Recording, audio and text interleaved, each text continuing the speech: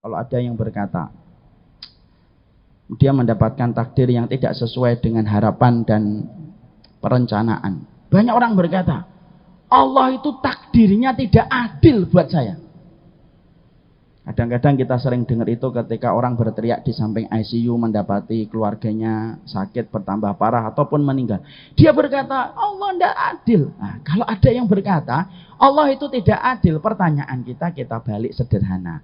Kalau Allah tidak adil, terus siapa yang adil kalau Allah itu sudah kita sebut dengan sebutan yang tidak adil? Jadi tidak ada. Allah itu pasti adil. Allah itu pasti sayang. Kalau Allah mengirimkan berbagai macam peristiwa yang terjadi pada kehidupan kita, walaupun tampaknya itu pahit, tapi pasti ada kebaikan yang terkandung dalam setiap peristiwa. Apa yang kita lihat tidak menggambarkan apa yang akan kita dapatkan di masa mendatang. Sambilkan analogi yang sederhana. Kita, Bapak dan Ibu, kalau ada mendapati seorang ikhwan datang ke dokter. Ketika dia datang ke dokter, kemudian divonis sama dokter. Dokternya mengatakan, ini sudah berapa lama infeksinya, Pak? Sudah 3 bulan. Kok baru dibawa ke tempat kita hari ini? Ya, ini itu alasan disampaikan oleh pasien. Dokter memeriksa lagi. Akhirnya sang dokter dengan berat berkata, Pak, kami sudah mendiagnosa luka titanus dan infeksi pada kaki Bapak. Tidak ada jalan pengobatan kecuali satu. Jalan pengobatannya adalah Bapak harus diamputasi.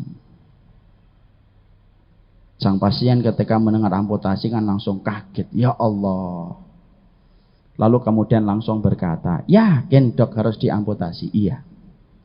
Perhatikan Pak, Ibu.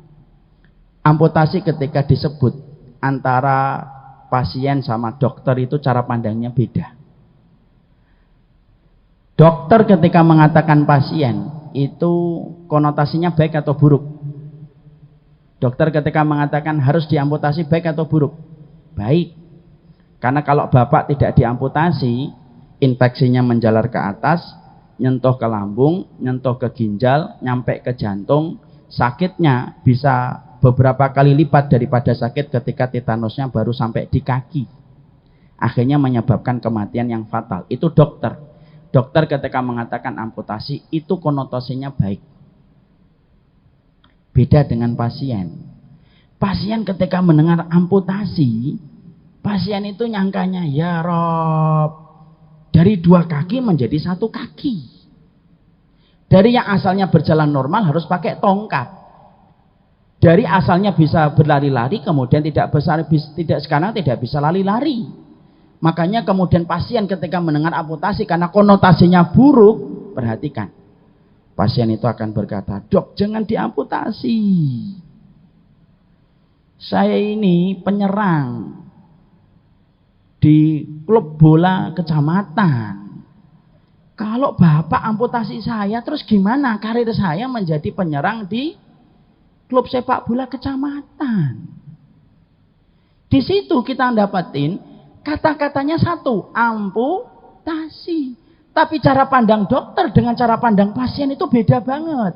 Kenapa pasien itu memandangnya itu buruk? Karena dia tidak tahu kalau dia tidak dipotong, fatal akibatnya, impactnya, penyakit itu bisa menjalar ke jantung, membunuh dia, mencekik pernafasan dia, dan akhirnya kematian.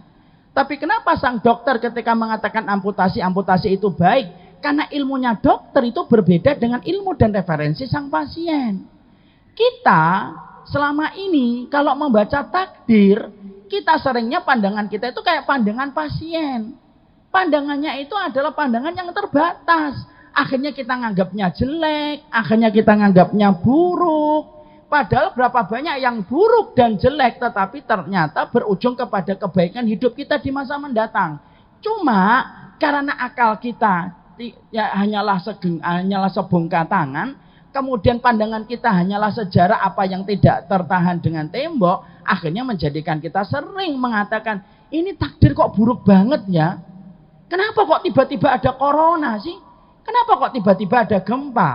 Kenapa kok tiba-tiba ada tsunami yang kemudian ada pada kehidupan orang? Lalu akhirnya kita itu berseudon kepada Allah. Padahal Allah itu tidak pernah salah produk takdirnya. Makanya apa yang kita jumpai itu buruk, bisa jadi itu kebaikan yang kita tidak tahu kapan kebaikan itu Allah akan berikan pada kehidupan kita. Lihat Rasulullah, Nabi Muhammad ketika beliau terusir dari kota Mekah, lalu kemudian terusir dari kota Mekah untuk pindah ke kota Madinah. Kalau kita pikir secara logika, terusir dari kota Mekah itu kan buruk, karena terusir. Padahal kota Mekah itu kota kelahiran Rasulullah. Nabi itu yang paling berhak untuk menguasai kota Mekah itu Nabi Muhammad. Kenapa? Karena beliau keturunan langsung dengan Nabi Ibrahim yang membangun kota Mekah.